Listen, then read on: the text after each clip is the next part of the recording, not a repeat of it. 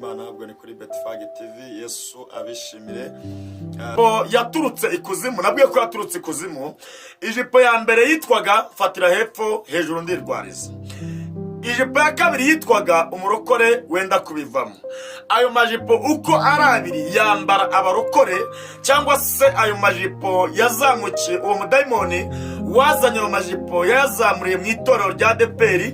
Ijipo yitwa mfatira hepfo hejuru ndirwariza n'ijipo yitwa umurokore wenda kubivamo. Ijipo ya gatatu yitwaga nundebe unshime umbaze. Ubwo mu kubona amajipo n'abari bayambaye imbere yanjye haje ijambo ryanditseho ikosora. Ndamaza ngo ikosora rya mbere ishatse kuvuga iki, risobanura iki. Nagiye kubona mbona b'abakobwa bamanukiye icyarimwe bagiye ku nzara z'amaguru, mbona barazisize. Numva ijwi rimbwira ngo ikosora rya mbere riratangiye.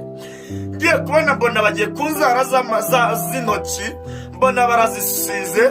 Mbona bagiye ku misatsi yabo y'umwimerere, mbona barayidefurije, abandi bashyiraho za meshi.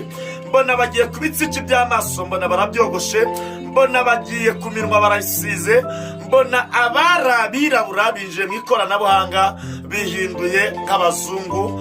Ngiye kubona mbona bagiye ku mikondo barayitobagura, abandi batobagura ururimi bibwira mu mitima yabo bati Mana turagukosoye.